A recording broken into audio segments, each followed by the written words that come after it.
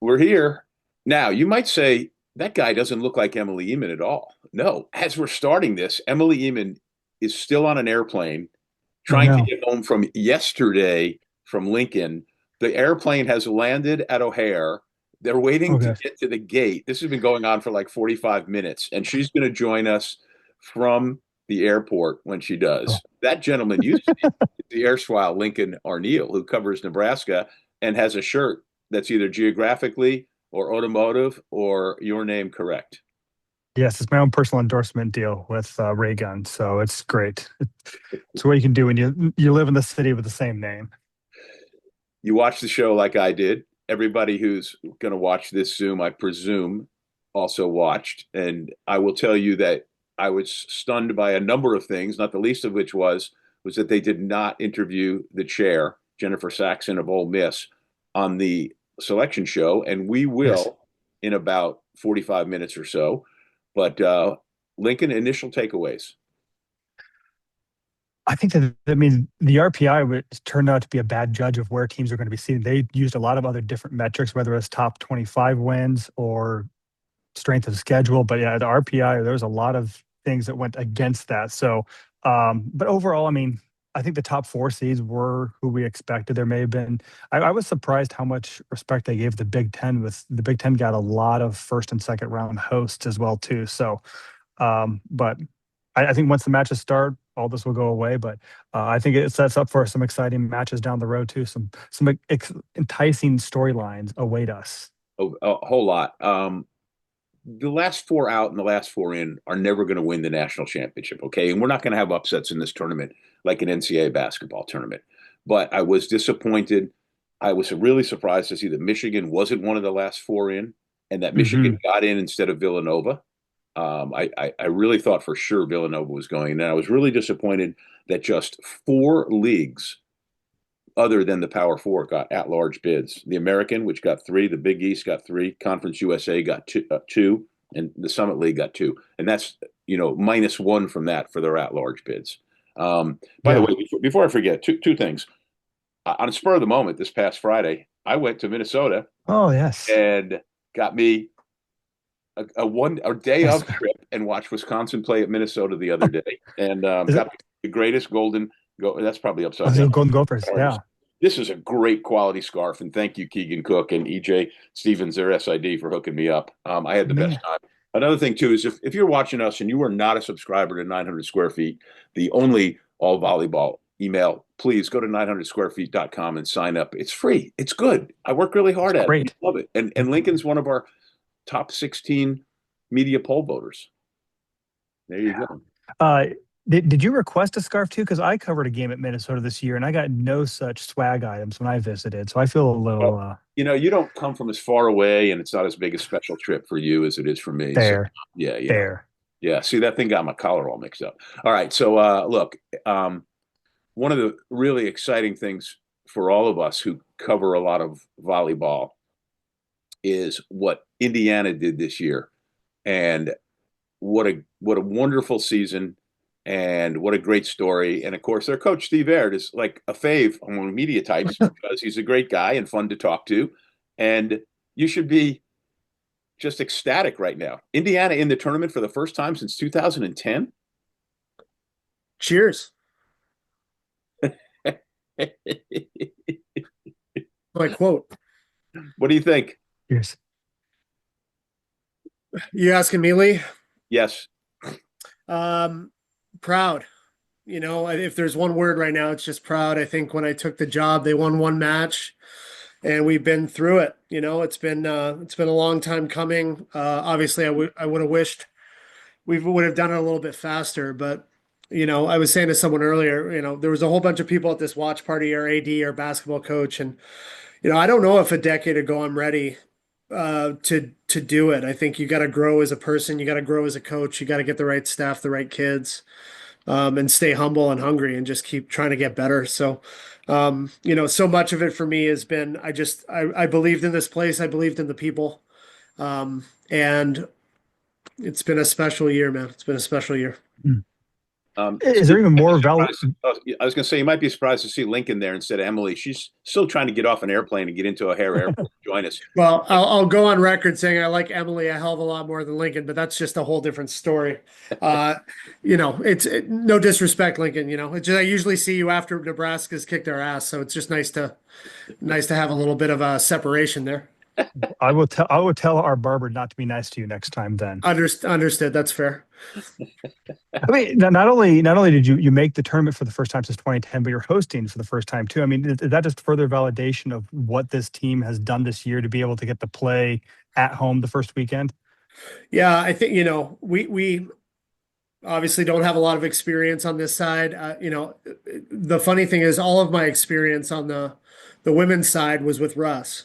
So it wasn't a lot of guessing. You had a really good team and you kind of knew what you were going to do and you worked a certain way. But I was hoping that over the course of 30 matches, people would realize that we played at a pretty high level. We were also exceptionally good on the road. I mean, the LA swing, the Penn State match was good. We got really kicked around only a couple times this year, at Wisconsin. Nebraska did what Nebraska does, and that wasn't shocking to me because they're so good. And then, we struggled at Purdue at Mackey, but Purdue's really good as well. So for the most part, I thought that I thought it was fair. I think that I'm pleased with the draw. I know everyone in the tournament's good enough to beat you, and as you can see, I'm already back in the office and we're at work. So it's for us, it's trying to win matches, but pretty thrilled for the kids. The ability to play at home a few more times is unbelievable, and grateful. You get to play another Cinderella in Toledo, which is a great story, but that's for another day.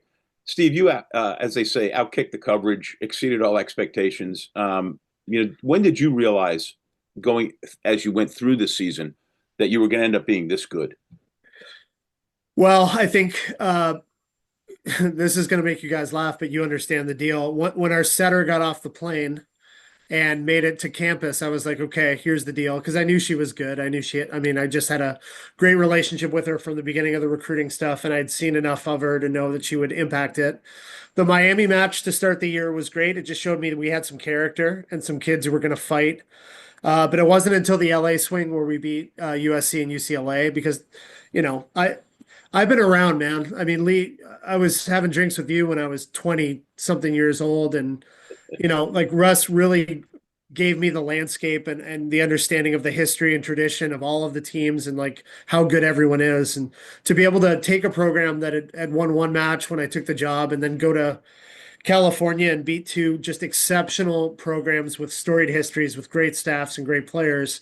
To me, that was a big step forward for the program. And, like I said, it's taken time, but I think that was when I was like, maybe we can actually put something together where we can have a pretty special year. So I don't think we're all the way there. We start 4 and 5 freshmen. The upperclassmen have been good, but recruiting's going really well. And I feel like the next few years we can keep getting better. And like you said, right now the focus is just on the next match and playing a really good Toledo team. Yeah, you mentioned that Miami match to start the season too. I mean, you had held Flo Maria into just 15 kills. I mean, that's got to be a badge of honor for the season, I guess, too, in 5 sets. She gets what she wants. I mean, I've got a ton of respect for that program. He's a great coach. I knew him from the Washington days when I was with Russ, and she's special. I mean, when she's on, very, very few people are getting pieces of her. So she was really good through the first game. Second game came down to earth a little bit, and then we some of it is luck, right? She hit some balls out. She didn't serve as well as she can, and I thought our young kids didn't know any better. And that I don't know if that's coaching. I think that's just like I was like, listen, if you guys drag them to the deep water and we keep going, there's a chance we can win. And they were like, okay, well, let's just try that. So it worked out early. Well, these are lofty times for my Canadian friend there. His Blue Jays were so close to winning the World Series.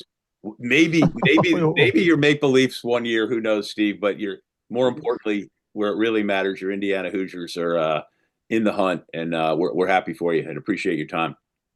Thank you. I appreciate you guys. And fortunate. I think I got a lot of respect for the teams we're about to play, and obviously really thrilled for the Big Ten. I was stoked that Michigan got in.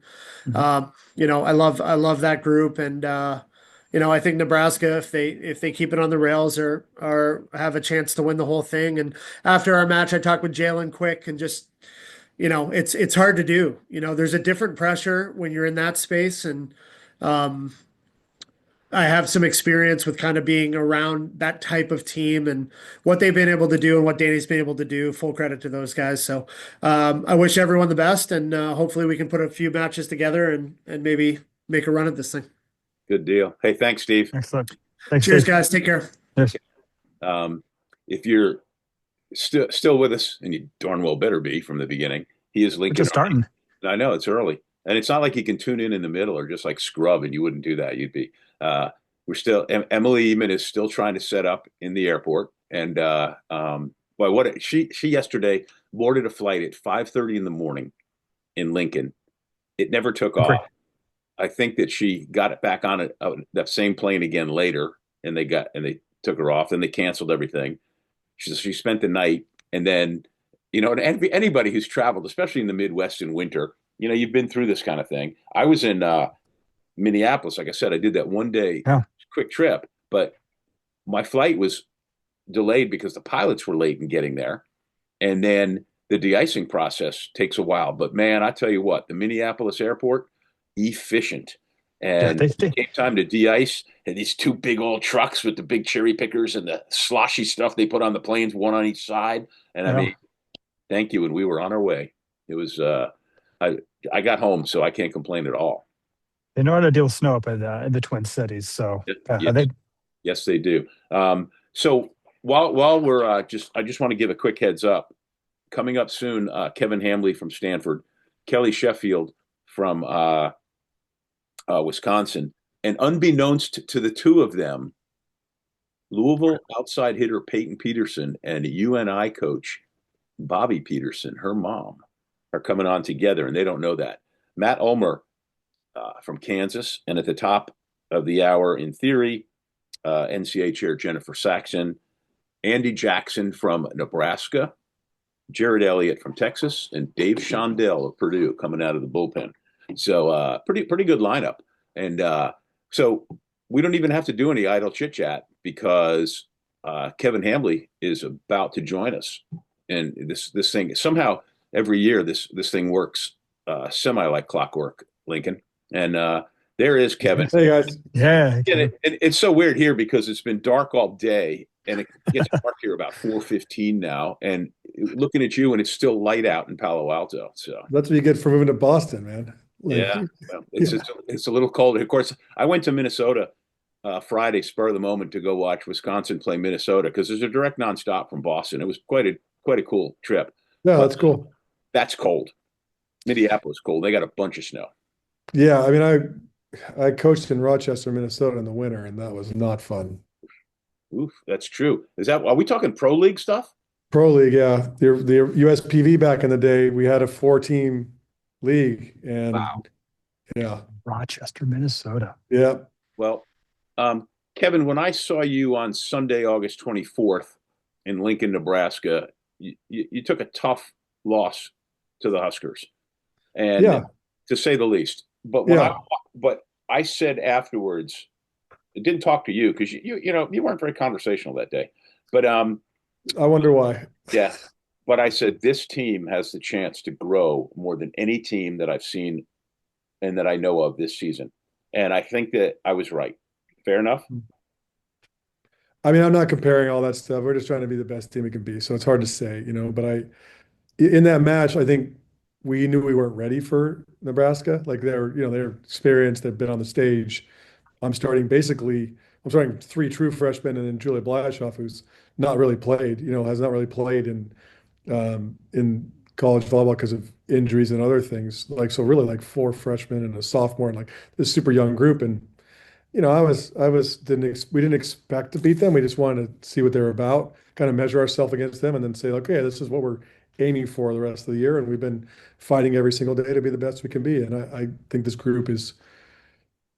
group has gotten better every day and every week, and they keep working, and we'll continue to do that this week because there's still a lot more room for growth. There's still a lot of stuff that we have to clean up, and still work through. Are they improving? There's a lot of freshmen you mentioned too. Is it just the natural progression of freshmen, or are they growing just as volleyball players and the experience is helping them get to Well, their potential. I think playing in some big matches like we did last night with Louisville, playing against Pitt, playing against SMU, seeing Nebraska, seeing Texas, like, and being on what big stages, if you will, like it forces you to grow, it forces you to learn. They're all competitive, they all want to be good, and so then they have to figure it out. So I think the schedule's helped. The upperclassmen showing the way, especially like Elia Rubin, just being a great leader in the gym, pushing the team to like expect more from themselves and go, and and then my staff's done a great job of teaching all the individual things. And I think we said before the year, if we're going to make a run at the Final Four, we got to outcoach everybody because we have all these young kids and we're not just collecting. We lose three freshmen or we lose three seniors and we're going to replace them with three freshmen, and that's what Stanford's going to be probably for the future. And so it's like other teams lose people and they grab a junior or senior or whatever, and that's great. That they have kids that understand what that is, but it just means we have to do a great job coaching. And so we're doing whatever the best job we can as coaches. And we're like just teaching all the time, which is really fun. Young teams are always fun to coach because they're eager. They're not always fun to compete with. Like they weren't fun to compete with against, Nebraska that night, but they're fun to coach because they are eager and open and they want to learn. So 6th seed and your situation, is that what you expected? I think after we beat Louisville, we knew like we thought we'd be somewhere in the 2 range. We were hoping. You never know what the committee. I think the committee does a great job. They kind of pick different things that they focus on, it seems like. And to be honest, we didn't have a lot of top 25 wins. So I was nervous about that. But I think winning the league and all that stuff, we made the best resume we could given the year. And what how the schedule kind of turned out and our competition turned out. I think that it seemed like that's where we might land. But we're just happy to be home hosting the first rounds and then see where it goes after that. See where you play. Yeah. Go ahead, Lincoln. I would say you mentioned the freshman. Talk about Taylor Parks a little bit too. What have you seen from her? I mean, she got dinged up a couple weeks ago, but she looked like she was back on top of her game against Louisville too. How has her development been key to the rise in winning that ACC title? Yeah, I mean, huge. I think we have so much. We have 5 arms on the court all the time. Like we have our middles can score. We have great balance, but that means we have to be able to set it and get them in rhythm and play. And so we've said all along, like we'll go as the setters go. And Logan wasn't not only it's like is she a freshman setter? She's also a player that didn't really set all the time. Like she was a 6'2" the whole time, and when her team wasn't sliding out, she was their best hitter or one of their best hitters. And so then they all of a sudden would have her not set, and then she would hit. So you think she'd be hitting out of the back row, but all of a sudden she's hitting back row attack. So she was never really had an opportunity just to kind of be the pure setter. So she's had a lot to learn about running offense, leading, all those kind of things. And she doesn't get any breaks. And so I think she's had some ups and downs. And fortunately, a lot of those downs were against teams that were still able to find a way to win, and a couple of them weren't. I thought one of her matches she struggled the most in was Louisville the first time around, and it was really cool for her to come back and play what I thought was one of her best matches. I thought her Louisville match and the Pitt match were 2 of her best matches, and she is working hard. She's getting extra reps every day. She's studying the video and watching like the opponents and understanding how to create opportunities for our hitters. Like she has leaned in heavily on becoming the best possible setter she can be, and she wants to be a setter. She doesn't want to be a hitter, and her progress has been great. I'm really looking forward to a spring to like really kind of like solidify some of the changes she's trying to make, and I think she'll be 100% better this year. But I think hopefully she's good enough right now to help give us a chance to make a run at this thing. Hey, Kevin, last question. You've been there. You went to the final with Illinois. You had great success with experienced teams at Stanford. This team is so different because they're so young. Is your approach this week heading into Thursday, Friday, Saturday, Sunday different because of their inexperience, or is it just business as usual?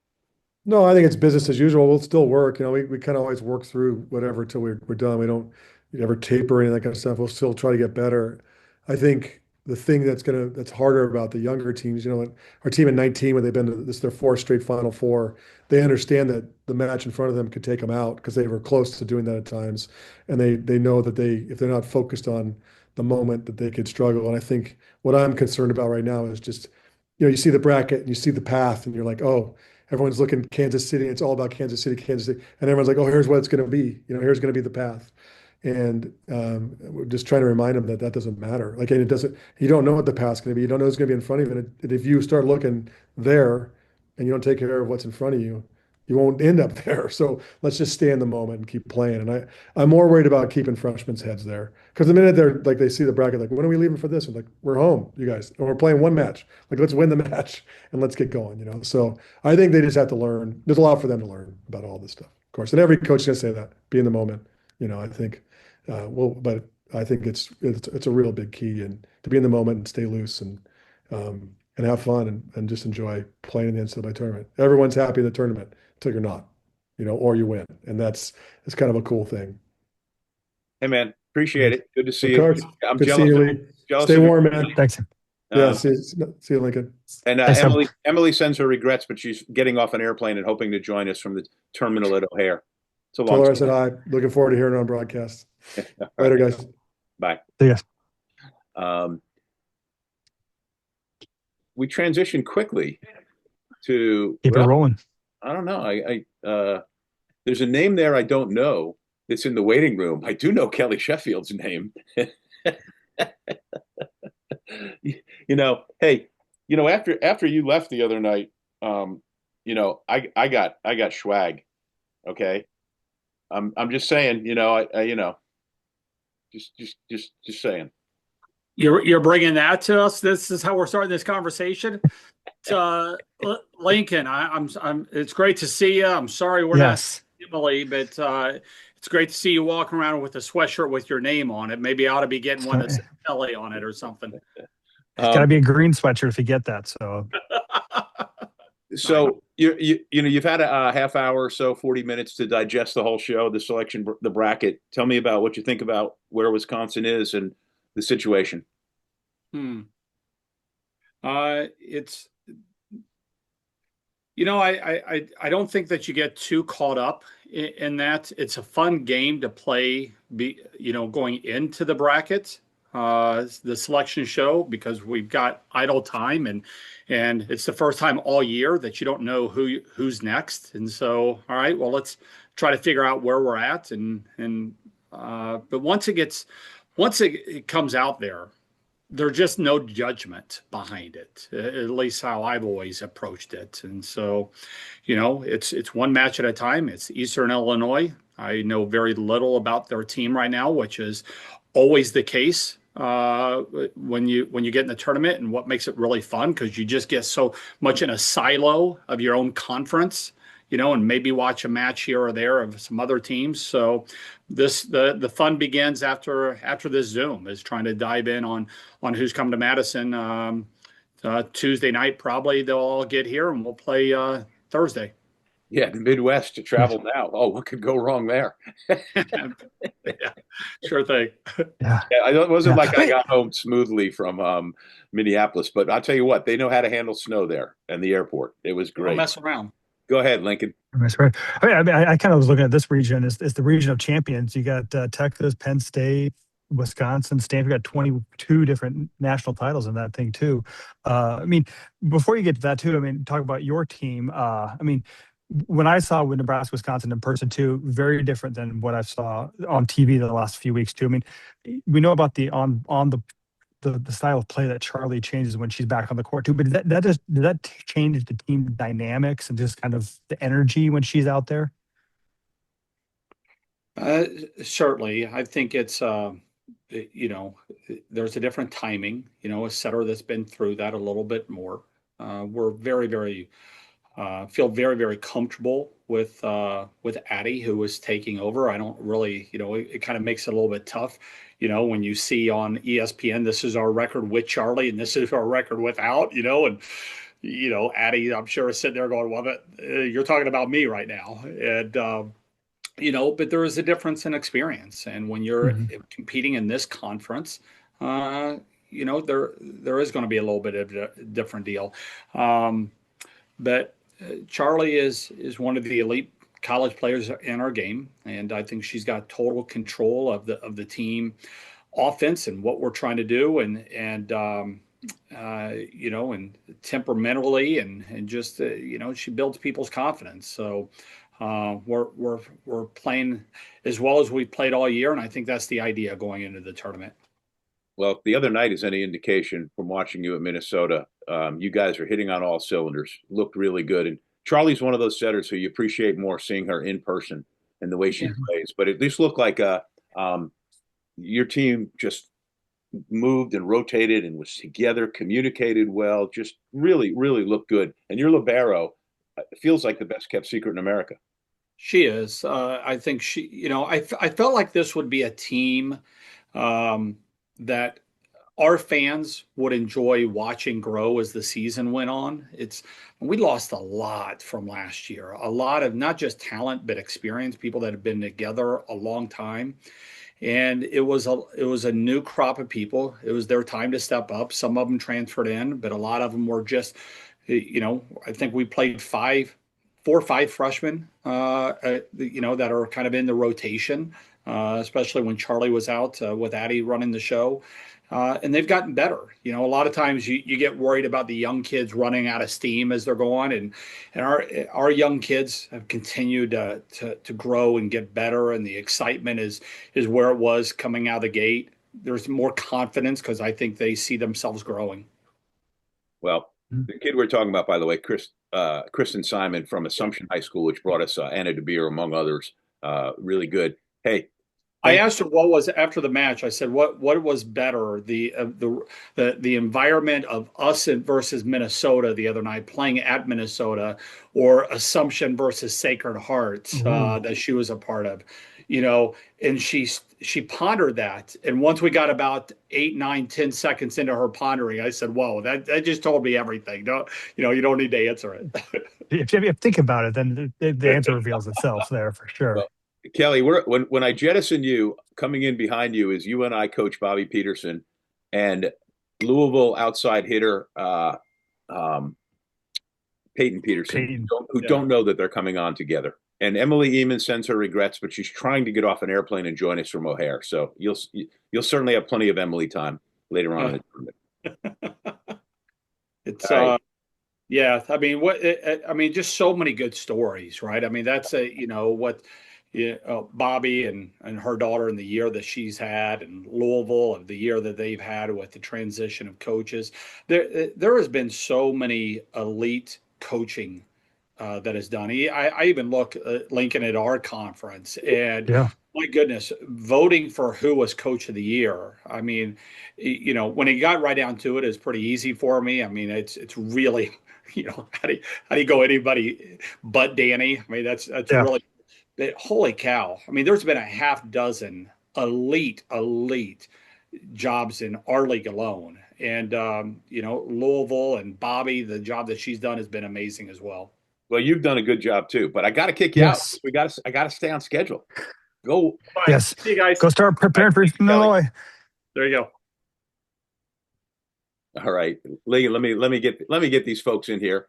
And, and I want to change this name, and it's not Sam. Do that.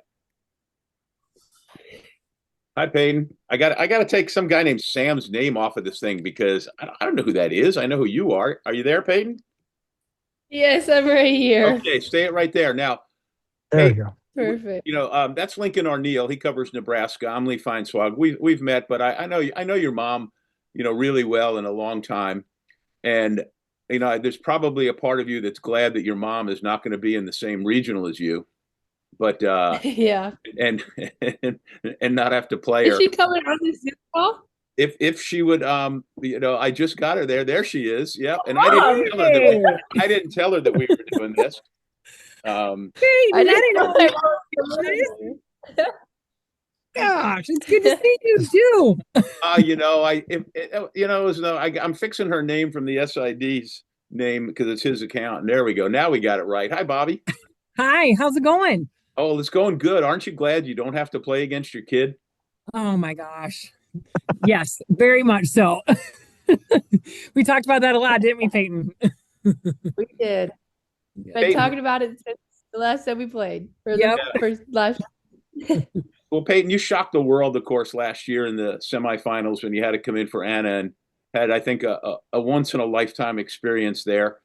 And obviously that plus the training you did leading into this season has parlayed into just a great season for yourself, and your team is doing really well. Just any thoughts you have about all that? First of all, thank you. Yeah, obviously going in last year was not expected, but an amazing opportunity that I wouldn't trade for the world. And the beer really taught me a lot about like what it takes to play at a high level and just to learn from her the last year and know what it's going to take and what it takes in the off season to perform at a high level. And took really the off season just to train a lot in the weight room, a lot of just seeing what my coaches needed from me. And I'm really excited with how the year has been going. And I know it's not always going to be perfect, but I know I've put in the work in the off season and just throughout the year with my teammates. And it's been really fun. If I can ask you too, before Lincoln, you jump in, can you just talk about the transition of Dan taking over for Danny? Yeah. Yeah.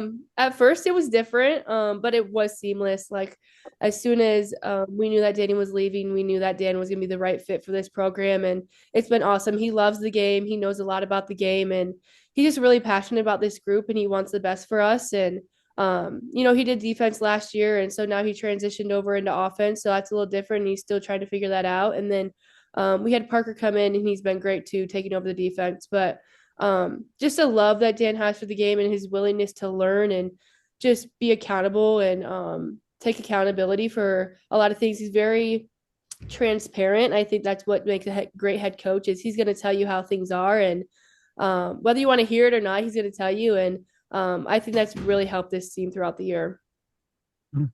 Bobbi, and my wife is a Northern Iowa graduate too, so we follow the Panthers a little bit more closely because we got to keep her happy and do that. But you're headed to a very familiar ground for your setter, Reese Booth, headed to Creighton for the weekend too. You're going to rely on her to kind of give you the scouting report of, you've been to the Creighton's gym as well too, but just kind of, is that a nice homecoming for her? And really, I think the big winner is Griffin, with it doesn't have to have split allegiances, at least for that first weekend.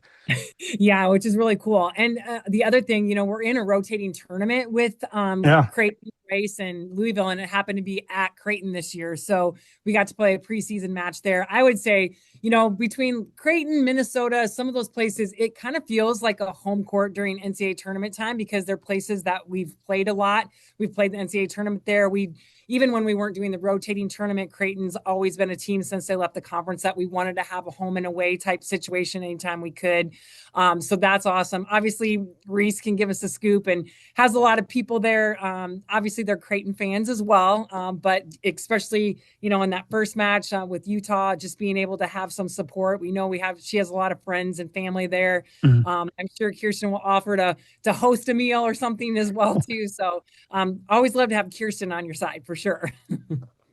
What makes me mad, though, about that bracket and the way you guys are all bunched together is that three of my favorite women coaches, you, Beth Lanier at Utah, who is just one of my favorite people in the world, forget just volleyball, and then Lindsey Benson Oates, the coach at Northern Colorado. All three of you obviously can't advance out of there, and that makes me sad that you're all bunched together. And that's one of the things, I know the committee can't consider that, but like they'll beat their chest sometimes and go, look, we have three women coaching in this regional, in the final four teams. And it's like, well, you could have had four if you'd spread them all out, Yeah. And the interesting part of that, Lee, I agree with you. I don't know Lindsey personally as well, but I've always had a ton of respect for her and what she's done. Beth, I've known forever and is one of my favorite people as well. And like you said, not just as a coach, but just as a human being. I've run many things by her over the years, and we've just had a really good relationship. So yeah, it's tough in that way for sure. Bobbi, you guys have won just, you've been on a hot streak. And is there any challenge there in keeping the concentration when you're winning and demolishing people, as you went, although not the other night? You've made that a little bit harder than it had to be, but that's the way you do things. It always has been. Yeah. I think, the thing, Lee, is that I don't feel like we've demolished anyone, we've won a lot of matches, but nothing has been easy. We have a a super young team this year, a lot of new people out there, always getting better because we still, it's NCAA tournament time, and I still feel there's things that we actually can get better at this week in practice. And our kids have always been driven to do that.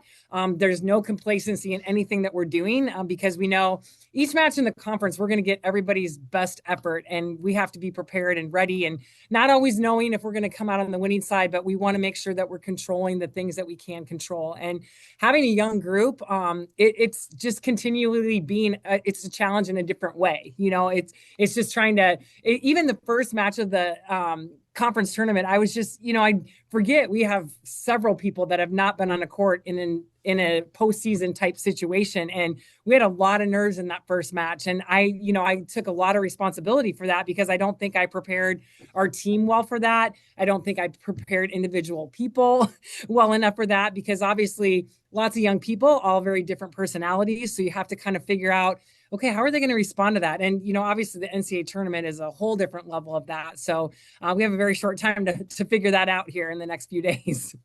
We have to move on in a hurry, but Bobbi, do you give any advice to Payton at this point? Yeah, my advice always to Payton is just to let it rip and, just trust the training that she's had, at Louisville, but also her whole life. She's a very grounded individual, and I think that helps her a lot. And so just enjoy every moment, because I think sometimes we can take these opportunities for granted. It makes me emotional because when it's happening all the time, you forget that it doesn't happen for everyone. And so just having the opportunity to have another day with your team, to be able to go out there and compete with your team, those are huge things. And just to embrace it all, soak it all in, every minute of it, and just leave nothing left. You want to leave not having any regrets. And what that means for you might be different than what that means for a teammate. But you don't want to leave that floor feeling like you had any more in any way. And that means physically, mentally, emotionally. We talk about that a lot. And so I'm just really proud of her and grateful that she gets to have this opportunity with an amazing team, an amazing coaching staff, and just let it fly, girl. There you go. Mom. Payton, say goodnight, Mom. We have to kick you both out. Okay. I'll probably call her later anyway. Hey, Bobbi, thanks so much. Have a ball this week. Payton, thanks for joining. Thanks for having us. Thanks. And it was a highlight of my day being able to surprise the two of you and have you guys here. It was a huge surprise. My heart is so full right now. Thank you for that. You were welcome. I needed that. Okay. See you. Thank you, guys. Thanks. Bye. Lincoln, I have great news. I'm kicking you out too, because I know you got work to do, and I'm bringing in Emily. But let me bring Emily in. So bring her. Hey, look at that. Look at that face. There you go. We made it. Emily made it. Emily, we just have time for you to say hi to Lincoln. We just finished with Bobbi and Payton Petersen. They're leaving, and Jennifer Saxon, the chair, is in the waiting room. So when we kick Lincoln out, we'll bring her in. But it's certainly nice to see you, and it's got to be great to be off an airplane. Yeah, it's huge to be off an airplane. And Lincoln, as much as I love being in Nebraska, I'm very happy to not be in Nebraska anymore. I know. When they were talking about this, like you had to leave Nebraska to be on the Zoom calls. Like we don't have internet or running water or anything here, but I'm making this call from Lincoln, Nebraska, wearing my shirt. So hopefully we're sad to see you go. Well, the best part for me was having posted about it. There were so many people in Lincoln that were like, hey, just come watch the selection show from our place. We'll feed you. We'll get you water. And I was like, all right.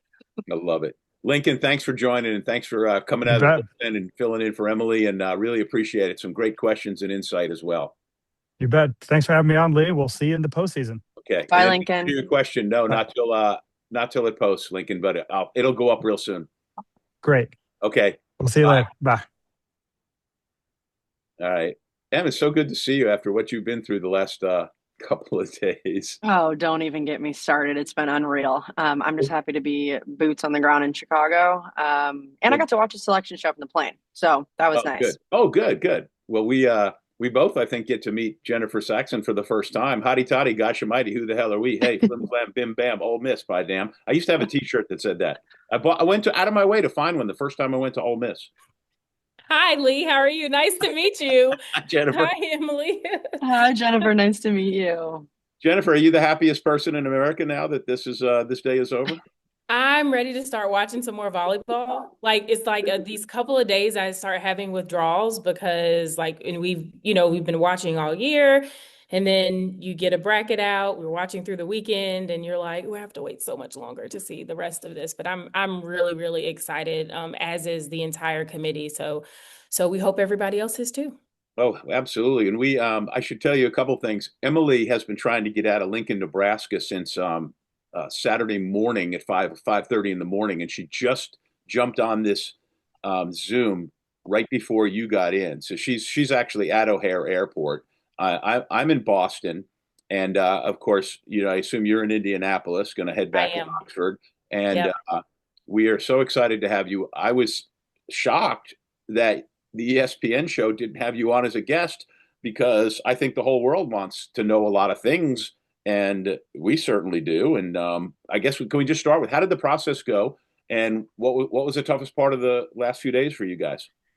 Yeah, I mean, I think it's always exciting to finally get in the room and start talking and to meet each other in person and see how we're stacking up and get started, right? There's this anticipation of Christmas Eve. And so I would say that the hardest decision this weekend was finishing the field. Lots of great teams, lots of parity. I mean, you all both know you watch volleyball all year, and this year has been like none other, right? Every year we're talking about attendance records and viewership records, and we want to keep having those conversations. And the talent just keeps getting better. And I mean, we saw lots of new things this season and lots of talented young women that we think are populating the sport, and we're only going to continue to get better. Emily? Yeah, I love that. I love how you said the toughest decisions were who was actually going to make the field because this year specifically, it seemed like those bubble teams, there were so many that could have gotten in, obviously some that were left out. But I did have a few questions just about those last four in, last four out that we saw from the selection show. I think, Georgia Tech, Utah, UNC made sense just based on the wins that they had. But my last question was, USF, South Florida, what was kind of the decision process for them getting in as opposed to, a team like Cincinnati? Yeah, or Villanova, because I was going to wear their shirt tonight on the broadcast. Yeah, well, so specifically South Florida, their win-loss record, they have two top 50 wins in Tulsa and Dayton, and their worst loss we recognize is, sitting there at UAB, but to watch them, I think plays a role too, but ultimately their metrics, met the criteria and were in alignment in terms of the last four in. I think specifically Villanova, in the first out, you're looking at, their one win in the top 50 was against Marquette in conference. And, they had 6 matches in the top 50. Worst loss was at a DePaul at 149.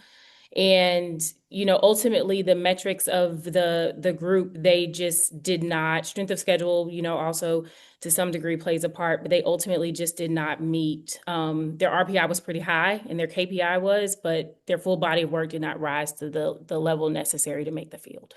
Yeah, that makes sense. I think, and you have all this information and it sounds good. I hate that. Go ahead. I think, and I was going to say another kind of on the topic of like last four, a big conversation, at least in our media poll this year, was those last four host sites. I mean, it was like throwing spaghetti at a wall. You never knew who was going to make it. And I'm curious about your guys' decision for Minnesota, Indiana, USC, and then Kansas getting those last four hosting sites. Yeah, I think kind of specifically 16, 17 is always a huge conversation every year. And then specifically, looking at, it's Kansas and Miami, and Kansas ultimately had had the RPI, both strength of schedules, more top 25 wins. Miami had the worst loss at Cal, but we also recognize that Miami beat Pitt, right? That's a lot of what we're seeing and we talk about. But ultimately, when you're doing the comparisons for Miami and those teams that you mentioned, they ultimately were unable to get that nod over Kansas. That was my next question, like who was 17? So I assume that from what you said, that was probably Miami, huh? Yeah, Yes. we don't say the last. Don't say that, but okay. Miami was seated very close to where 16 was. I got it. Emily, what are we missing here? I think more top 16 stuff. I think stuff that at least stuck out to me. SMU being up at 5, despite I know an 8 RPI. Obviously, they have some big wins, but how did you end up with them that high? Yeah, so SMU had 6 top 25 wins, 3 top 10 wins in Stanford, Louisville, and over Texas A&M, 8 top 50 wins, a higher RPI, KPI, strength of schedule. So ultimately, they got the nod there in at 5. Looking at, I think A&M was one of the questions. A&M has 1 top 10 win over Texas, but they ultimately split following the match last week with Texas. But I mean, eye test plays a part, right? We recognize what people are expecting to see. They had strength of schedule, I would say, also played a part there. Lots of conversation about strength of schedule in terms of a theme this weekend, not necessarily that it was ranked in terms of decisions higher than one metric over another, but just some consistent conversations about what the non-conference looks like and how people are scheduling. Just in terms of the top 16 as a whole, I know you mentioned obviously those last few spots being difficult, but what other decisions were the toughest in that top 16? I would say that we definitely watched Saturday's match against Louisville and Stanford. I think most of us were watching before last night. Louisville had the head-to-head, and then Stanford comes back and wins last night and gets the AQ, but shares the ACC title. A lot of conversation around Stanford, SMU, and Texas A&M. Was there any debate about Nebraska being number 1? I'm just kidding. So in previous years, easiest decision, Lee. I mean, it was that part you had. I think I can say it was pretty unanimous. In past years, it always felt like we would have this interview and we'd be talking about how reliant it appeared that the committee was on the RPI. And then as the KPI got brought in, it sounds like from what you're saying that was not weighted as heavily and you weren't as ranking specific to what you ended up with.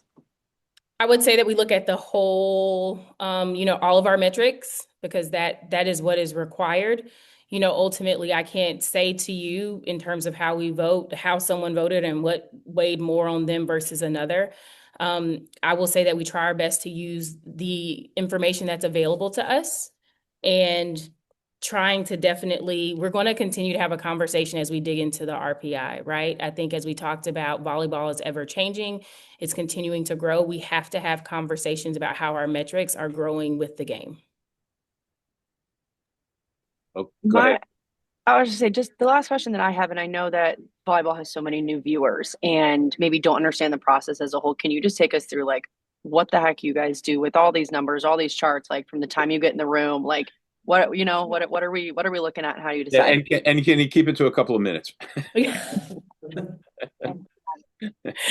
I will say that we're using a lot of conversation, right? We look at strength of schedule of a team's overall schedule, strength of schedule and non-conference, because that is what they are, they're individually responsible for scheduling. RPI, KPI.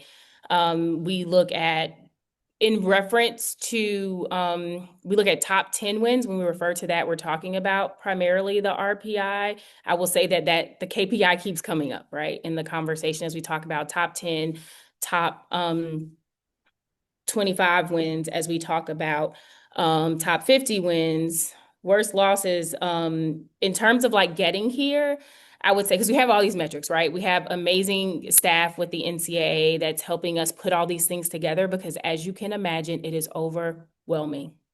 I talked about watching a lot of matches. I think, Emily, I mean, you know this, right? Lee, you both do. You're a volleyball enthusiast.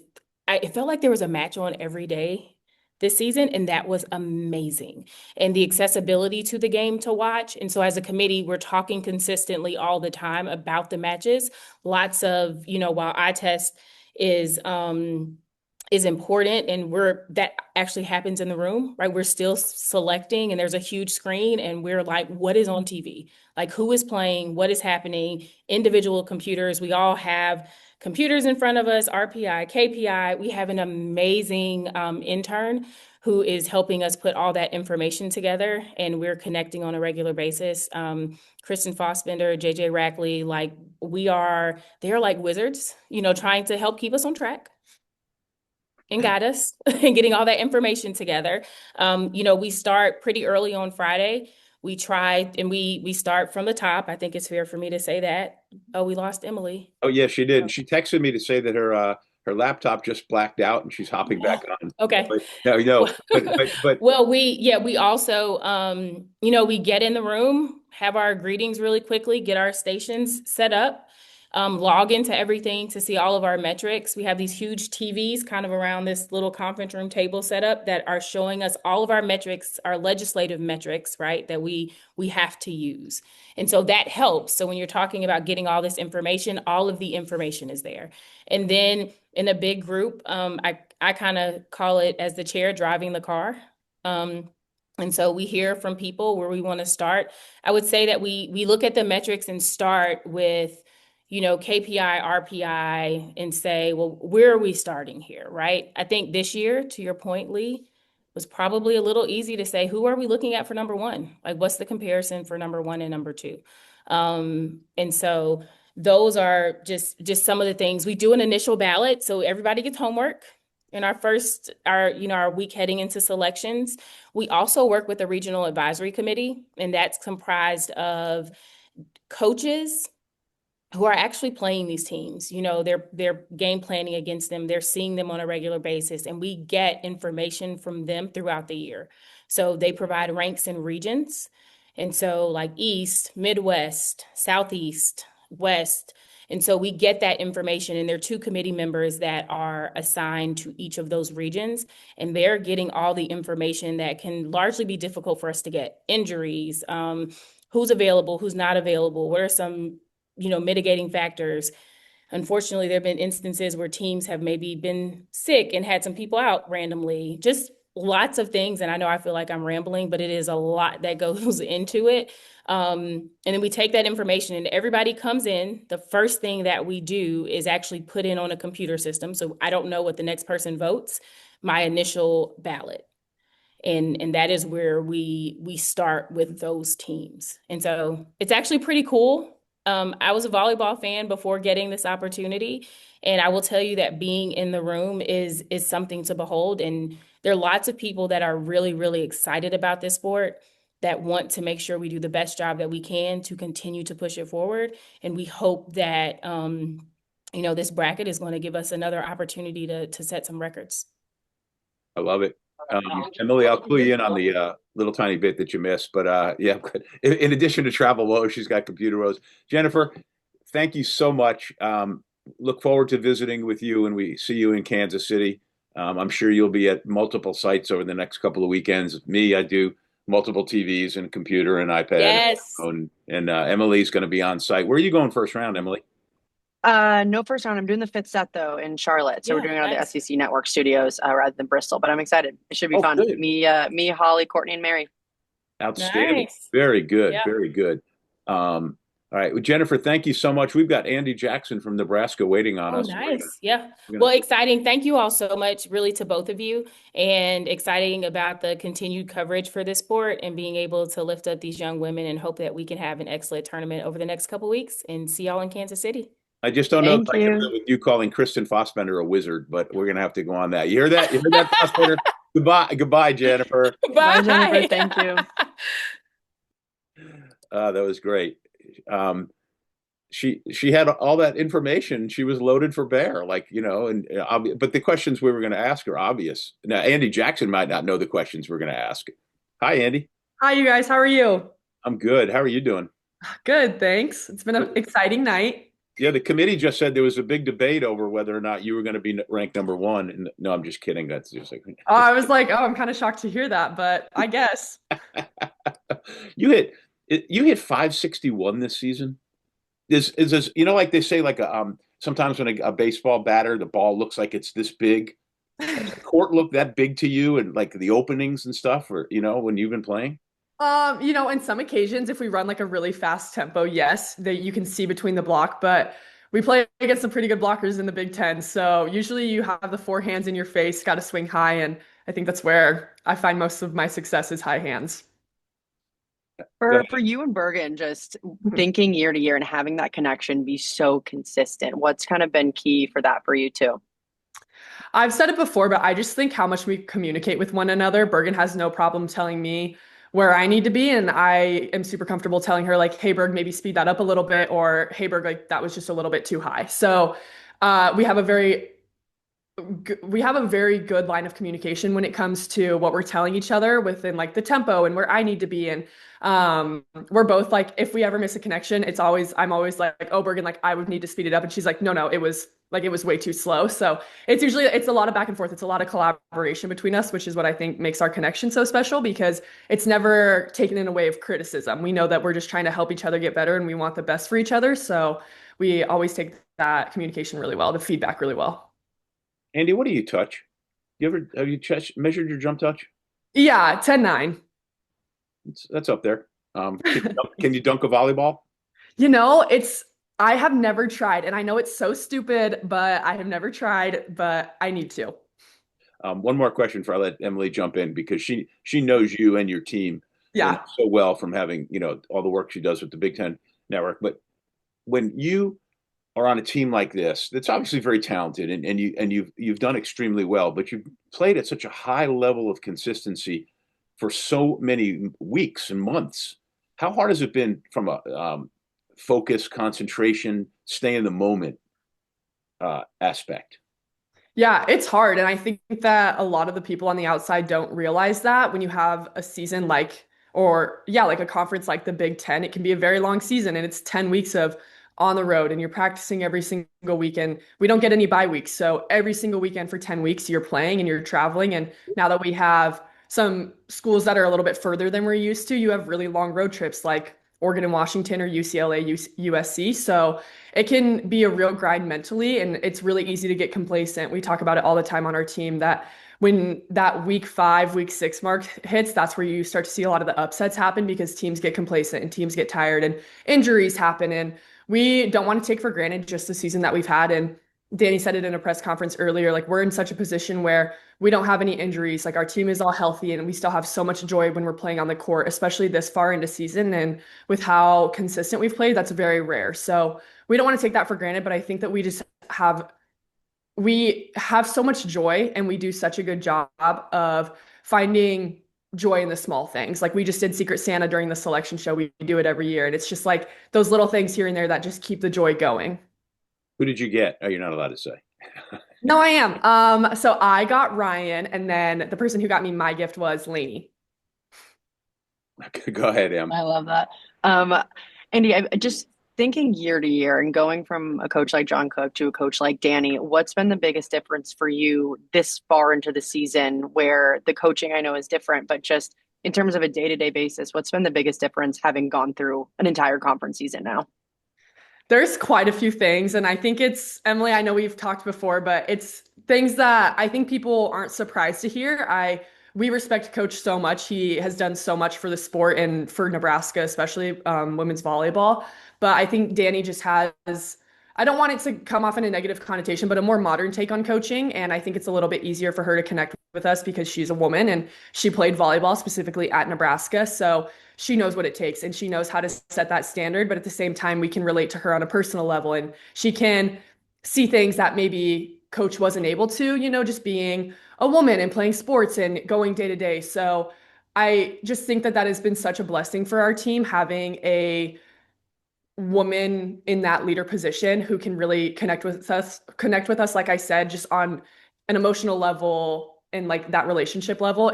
She's built such strong relationships with every single person on this team, and I know that everyone is so confident going to her. She does such a good job at transparency. She's going to tell you what you need to hear. And same thing with her, like she can have that constructive criticism. Like it's never dehumanizing, like you never feel bad about yourself, but she tells you what you need to hear without it being, I don't want to say super harsh because she doesn't treat us soft, but it's never just in a very like criticizing way. So she also just does a really good job of that. And we always have fun with her. So it's just like a very modern take on coaching, and we have a lot of fun with Danny. No, that's cool to hear, because there's a difference, there's something to be said for having just a female coach in general, but then having someone who's literally been in your shoes is completely different. And just having that connection, I think is very apparent in the way that she coaches you during games, but then, for me seeing it practice too. Sorry. Yeah, go ahead. Oh no, you go ahead. I was no, I didn't have anything. Andi, I've got like 5 people waiting to come in different things, and I'm trying to check information and like I'm trying not to screw it all up, so yeah, my bad. All good. Andi, last thing for me, I'm just thinking, like, from the start of the season, maybe earlier, at what point did you realize that this team was pretty special?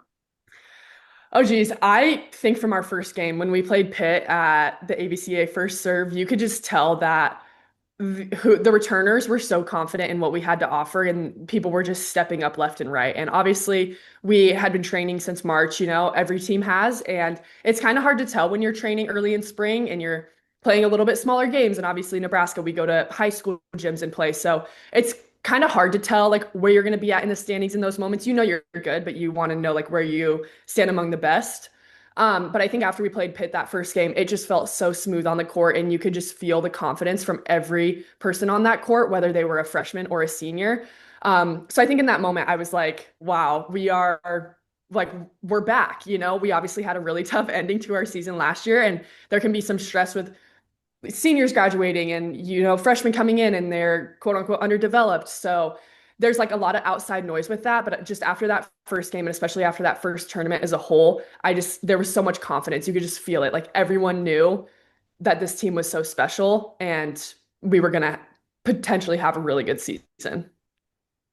Well, Andi, about 15 years from now, when your professional volleyball career is finished and you're done with the national team and hopefully being an Olympian, I think that you're going to end up in volleyball media because you're just made for this. And we really thank you. This was great. I agree. Very insightful and a fabulous interview as well. And the Husker fans watching just are thrilled. And that's all I got. Well, thank you so Andi. much. I really appreciate your guys' time. Have a great night. Okay. You're the best. Thank you. In Kansas City, either way, because she'll be an All-American. All right. Bye, Andi. All right, good. We gotta hustle up here. We still have coming up after this, we have Jerritt Elliott from Texas and Dave Shondell from Purdue. But Matt Ulmer was kind enough, who have been on once, and I texted him. I said, Matt, we're just jammed up here. I got to back you up for a while. But how about them Jayhawks and getting to be a host? Let's go, Jayhawks. How about it? No, so excited for the team. It's going to be awesome. Go ahead, Em. Coach, how surprised were you to get a top 16 seed? Did you think that was in the cards for you? I know obviously on the bubble, but were you expecting it? I thought we were 15, 16, or 17. So, and it just kind of depended on what the committee wanted to value. There was a couple losses late last night that made our resume make me a little shaky with the top 25s falling out. So again, you just didn't know where they would go, but RPI was good enough. Feel like we have a lot of quality wins, no bad losses. Generally the things that they care about, playing well at the end, healthy, so I felt like we were in a good shape to be right there. Just didn't know which way they'd go, but we're thrilled with it. We want to be home, and, we're really excited about, being able to play in Horsch and play in front of our fans. Matt, early on in this season, number one, I joked with you. Do your kids know that you don't get paid by the set? Because it seemed like every time, you were 5 setters, and you were really riding a roller coaster the first third of the season. I think that's fair to say, right? And part of that's because you scheduled so tough, or maybe you inherited a schedule that's so tough. But then you settled into a really high level groove. Is that a fair assessment? Well, we only returned 1 point scorer from last year, and the other player that had meaningful playing time, Reagan Burns, got hurt in our third match.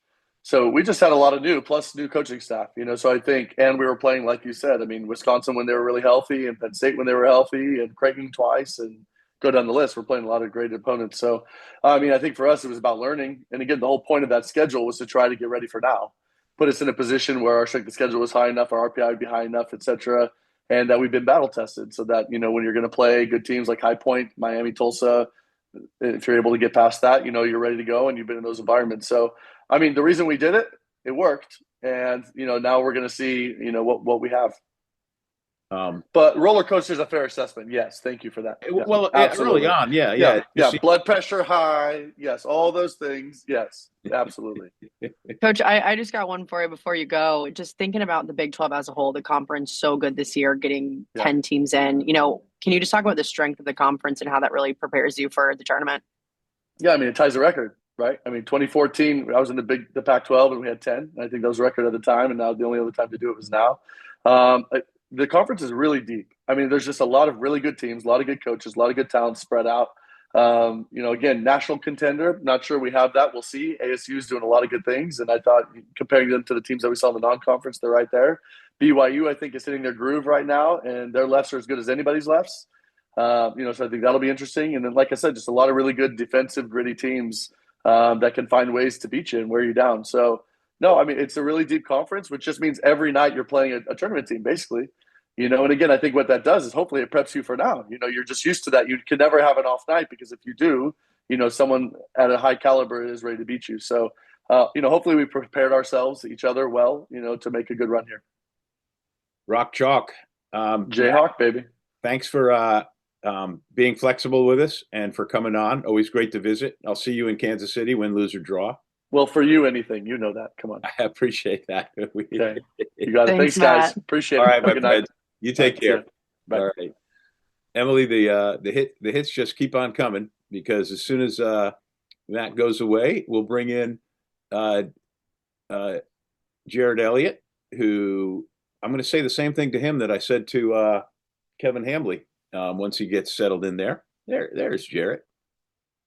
You there? You good? I'm here. Oh, good. I said this to Kevin Hambly, and I saw you the same time in the first part of the season. And I said, this was a team that because of all the young players you had and the physical talent that you had a tremendous amount to grow and you could become the force that you've become. And I think that's a fair assessment. Yeah, it's probably one of the smarter things you've said all year long. Guys. You know a good thing or two about this game, Lee. Yes. I've always listened to what you have to say to be right. And you were right on all the predictions. He and I privately talked about what he thought the seeding might end up being. And it was pretty much what you thought. Yeah, I think the committee did. I mean, I only was thinking about the top 4 seeds, but I think it was pretty fair based on the preseason and how teams played out. And really probably the deepest tournament we've ever had and so many good teams that can do some damage in this. So it should be a really fun bracket to be a part of. Go ahead, Em. Hey, Jerritt, good to see you. It's been a week. Hopefully I'll get you guys in Austin in a few weeks. But I want to ask about just the season as a whole and bringing in so many freshmen and newcomers, having them gel so quickly. And it's something that you've been good at, of bringing in transfers and getting this team to a high level. But what has it kind of taken this year to get, 3 starting freshmen on the same page this early on to have this kind of run?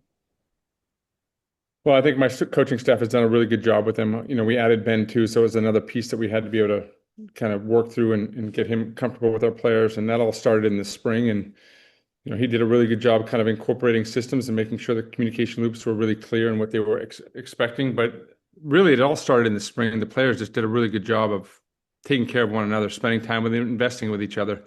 You look at Tori and Corey are probably best buds along with Devin. Those guys are just 3 thick as thieves. And, they've invested in the younger players, so they felt comfortable being a part of this program, but they could also rely on them as some of the veterans that have been a part of this to be successful. So when you have that kind of chemistry, that was driven by the players, not so much from the coaching staff, we're really fortunate that we just have good human beings in our program right now.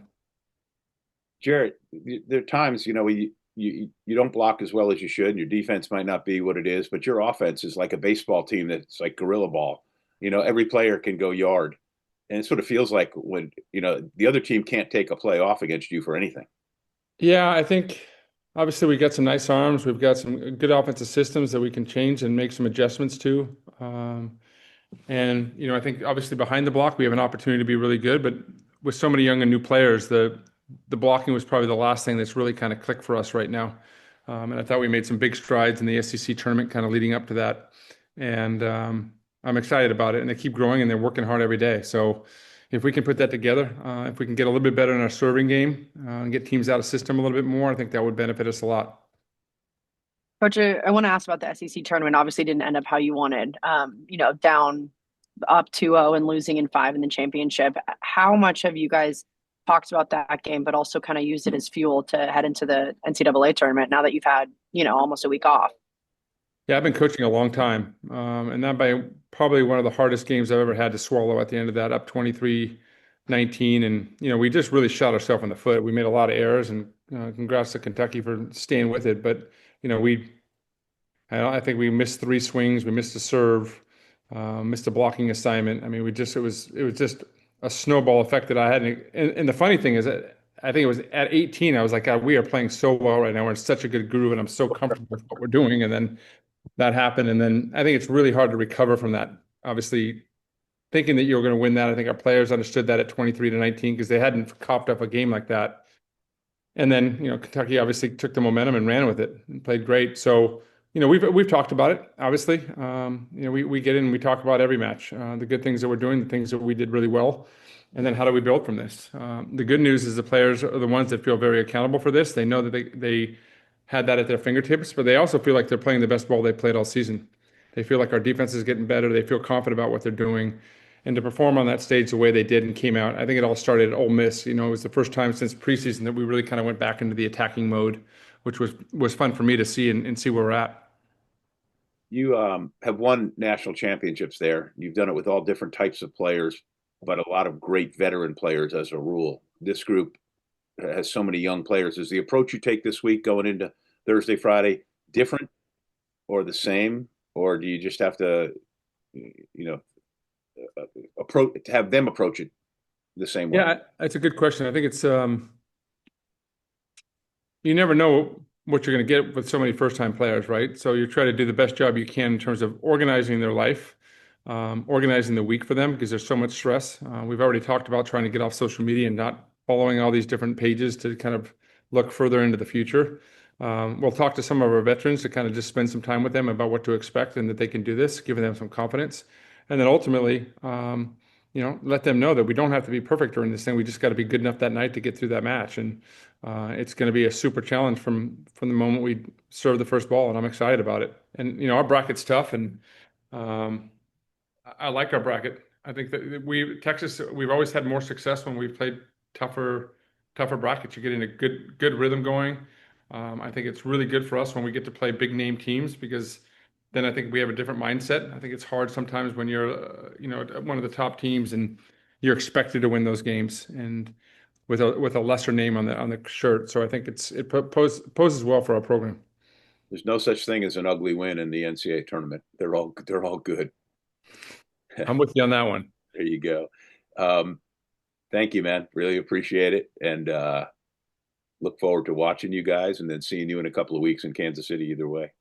Yeah, I appreciate what you guys are doing for the sport. This is awesome. The game keeps growing, and what you guys are doing is the reason this tournament is so darn tough. Is just more and more people are playing, and fun to see the media get behind it. We got kicked off our Thursday, Friday to Friday, Saturday for the first time because I think it's more media driven, which is we're all for, and it's great. And I'm super excited to be able to do that. There's some great storylines with so many great coaches out there and so many great players. It's just a fun time to be about a part of the sport. I mean, Emily wasn't here 30 years ago when you and I were kind of grinding through the club ranks and trying to get a name for this, but to see where this has gone and to see how much opportunity there are for these incredible young women and what women stand for right now is pretty cool to see from my eyes. Emily, we walked to those matches uphill in the snow both ways. Oh God. Oh, yeah, we used to drive vans. I mean, we were driving CDs and music. Sounds like I grew up at the right time. You did. Thanks, all right, Jerritt. Thanks, man. Appreciate it. Thank you so much. Okay. Good. Okay. Bye-bye. All right. When I put this whole list together, I said, all right, how do we put a bow on this show? And I said, you know what? It's got to be Dave Shondell from Purdue because he analyzes it in a way like no other. He's a great interview. He's always fun to talk to. And little did I know that as we were doing all this, of course, that Emily would be having her travel woes. And there's Dave. Dave, how are you? Greetings. I don't know if you heard any of that, but I said I was basically saying I was thrilled to have you come out of the bullpen at the end and put a bow on this for us. All right. We'll see how that works. You watched the selection show. You've seen the bracket. You know what the Boilers are doing. And what are your thoughts? Well, the days of getting a cakewalk in the NCAA tournament are long over, I think, as everybody knows. at this point in time. You used to be able to look at that first and second round and feel like you had, a pretty good shot at things, but not anymore. It's going to be tough. It's a tough road for everybody. There are people I would trade with, and there are people I would not trade with at this point in time. So I think the committee did a pretty fair job. I really haven't looked that deeply into it, except what our route is going to have to be and who we start with, and that's kind of how we work. We always take it one match at a time. Well, you got Wright State, which is a real good program. Horizon League is a fun league to watch, and they play a good brand of volleyball. Well, Travers does a tremendous job. Travers Green has been there about 4 years now, and I think they've been either in the tournament or knocking on the door of being in the NCAA tournament every single year. I recognize several names on his roster from players that I've looked at either in club ball or been at some other schools before, and they ran through that 4-team conference tournament like it was nothing. I mean, they hammered people, won 6 straight sets. Some were at the tune of 25-10. They beat Northern Kentucky in the championship, and Northern Kentucky was 17-1 on the season and lost an opportunity. I don't think they got in, did they, Northern Kentucky? No. Okay, so they lose an opportunity because Wright State comes in and just punches them right in the mouth. So they'll be hot, they'll be good, and they've played some power 4 conference opponents already this season. Early in the season, they played Pitt, they played at Nebraska, they played Cal, and played Ohio State, beat Ohio State. So they've got 2 wins against power 4 conference teams and a couple losses and some other really good mid-major teams that you would recognize. They beat Dayton at Dayton. I mean, who goes in and wins at Dayton? Not many people. No, and Dayton didn't make it. That's one of those teams that, didn't get a bid, played themselves out of it. And Emily, I pointed this out before you got on way back when. Dave, by the way, what Emily has gone through to get to this, she's at O'Hare. Wow. She just got off the plane in time for halfway through this episode, but only the American Athletic Conference got 2 at-large, and that was Rice in South Florida. And then the Big East got 2, Xavier and Marquette. Conference USA was UTEP, and the Summit League got South Dakota State. That's it. Other than that, American also had Tulsa because Rice didn't win. I was saying who got out first bid. AQ. Oh, right. Yeah. Yeah, it was crazy that 3 from that conference. Yeah. Tough news for Villanova, in my opinion. I think they were inside the 40 line on RPI. I ranted about that with Jennifer Saxon earlier, the NCAA chair, and she took it well, though. She put up with me. Well, you have a style. Go ahead, Emily. I know you want to ask about the Indiana match from the season ender. Sure, we can start there. Another dominant win. I mean, just Coach, thinking about your season as a whole, you've replaced 95% of your offense. I know it has not been easy after key players left, but what did it take to get this team to where it is with such a good seed in place right now? Well, I think the realization that we had 8 players returning that all found ways to help us.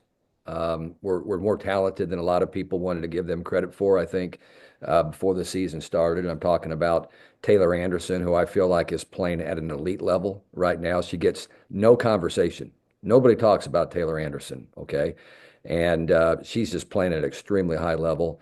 Almost had a quadruple double against Indiana. Was really close.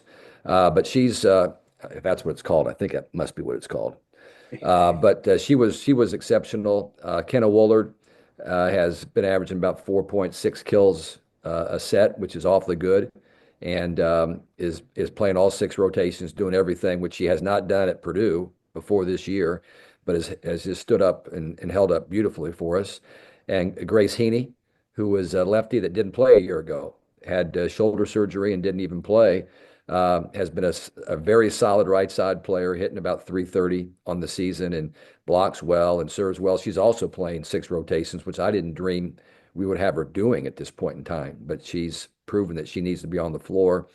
And the other couple people I think that have made a big impact have been Ryan McAleer, who's our libero, just a sophomore, was a DS a year ago, but is a tremendous and feisty defensive player, awesome passer. And just brings a presence to the floor that we really need. And then one of the newcomers that came in from Michigan State was Akasha Anderson. We call her Cash. And she's hitting about 285 as a left side hitter. in the Big Ten Conference, and I think is a lot of people just don't recognize how well she's played. And last year she had about 175 at Michigan State, but she had shoulder surgery, as did Grace Heaney, and she's pretty much full strength. So those five, I think, have been real impact players for this year, and I don't think a lot of people were aware of how capable they were. When you think about just the strength of the Big Ten as a whole, there's 9 teams that are in, 6 of them are hosting. How does playing in a conference like this prepare you for the tournament? Well, you hope it will prepare you very well, because every time we step on the floor, we know we have to play really well or we're going to get beat.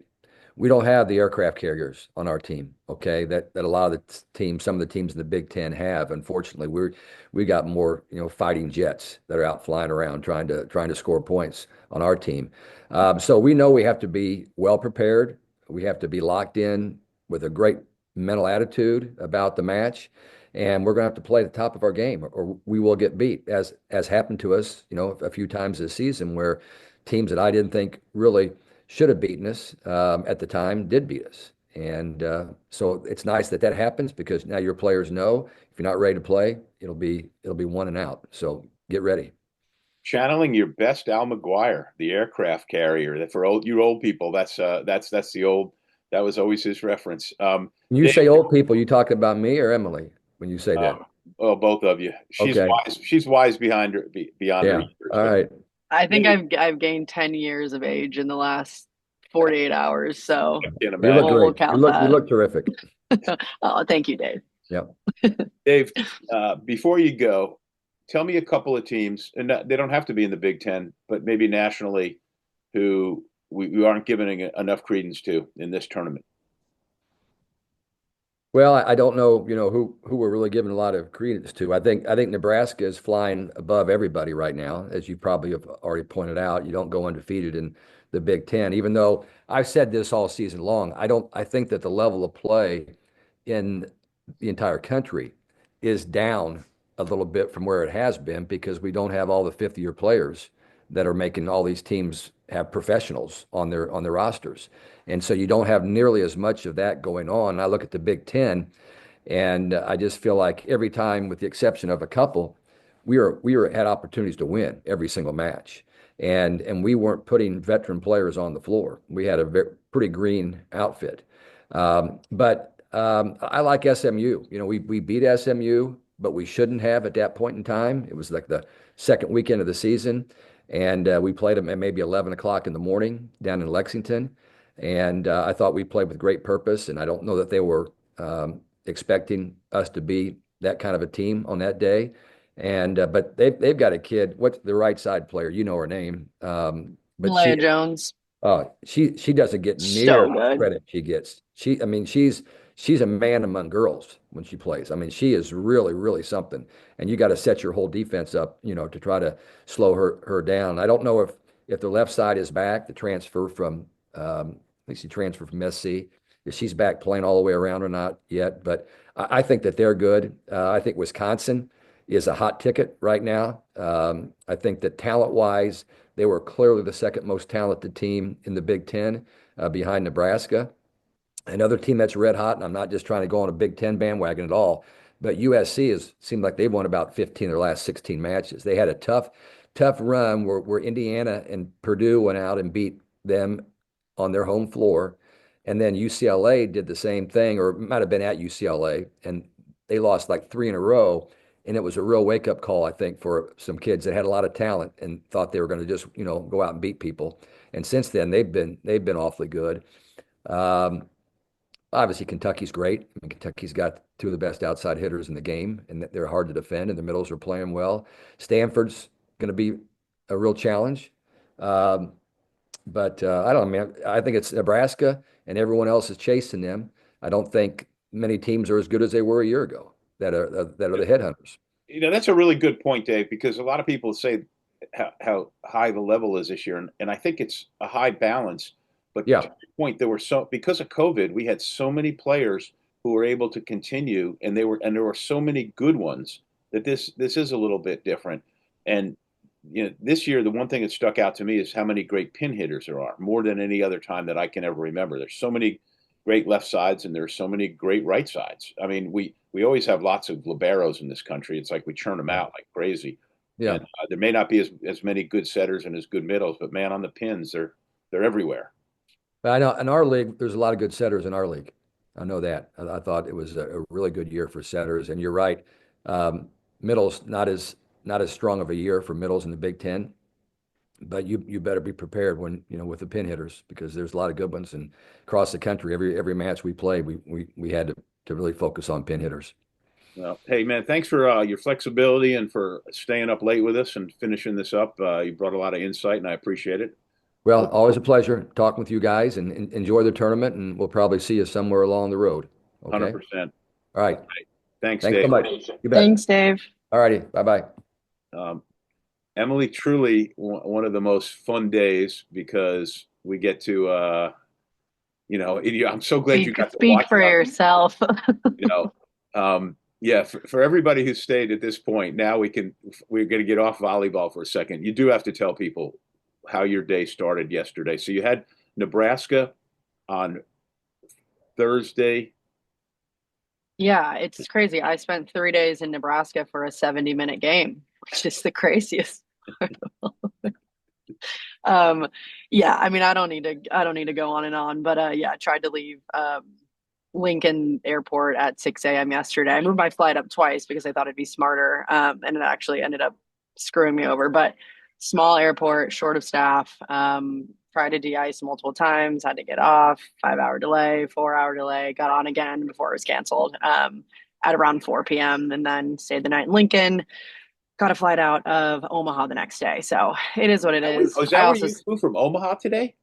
Yeah, I took a rental car and drove out to Omaha, which it's an hour. It's easy. I ended up getting on an earlier flight than I anticipated. But yeah, it's been a hellish travel day, to say the least, over the last 2 days. But I'm home and I'm excited. And I'm going to Charlotte for the fifth set on Wednesday. So I'm excited for that to start. Well, you'll be great at the fifth set, and I look forward to you. But yeah, even like, so we had been scheming, and Emily's like, I don't think I can do the show. Then, she got on the flight. I can do the show. All right, we're going to land. I'm going to have enough time. And then you sat on the tarmac after at least an hour. Yeah, well, that's normal at O'Hare and long taxis. But yeah, this one was like maybe the longest ever. It was about an hour. I mean, regardless, like at that point, I was like, I don't even care. I'm in Chicago. So it was whatever. But no, it was fun. I got to watch a selection show on the flight. And it was funny. I was sitting next to a Nebraska volleyball fan that was also a former like PR director for a lot of professional sports. And she was like really into it. So that was fun to see. I don't know. I think overall, good stuff from the committee chair. I'm glad I was able to hop on for that. Obviously, I think as we normally do, like some decisions we're still questioning, but I think it all made sense and it's a good bracket. In terms of just the regionals as a whole, I was kind of breaking them down, and I'm actually going to the Austin regional. So I'll have Texas, say everything went chalk, Texas, Indiana, Stanford, Wisconsin. I think that's the most competitive regional, and I'm really excited for it. It looks good. Yeah, I hate that Texas. Well, there's so many teams you hate that they have to play each other, but they have to eventually. But I mean, Texas, I love it. That'll be worth the price of admission, Yeah, and Texas gets Stanford or Wisconsin. That's awesome. It's so many teams with so much history, and yeah, it should be awesome. Well, ESPN, five of the last 7 NCAA championships are in that regional. Wow. Well, ESPN did a great job this year. The show was best selection show ever. The only thing Mary crushed it. As we know from talking to Jennifer Saxon, she was a great interview, the chair of the committee, and we really, really enjoyed it. And I am so appreciative of so many people who came on tonight, all the coaches and players. I thought Andi Jackson was a media rock star. Awesome. Wow, she's always awesome. Going to be good. I've watched enough sports over the years to know that hardly ever goes chalk, especially our version of March Madness. So I'm excited. Good deal. Thank you for everyone who stuck with us this long. This is way fun for us. And Em, it's time for you to pack up your stuff and get out of the airport. Go home. Time to go to home.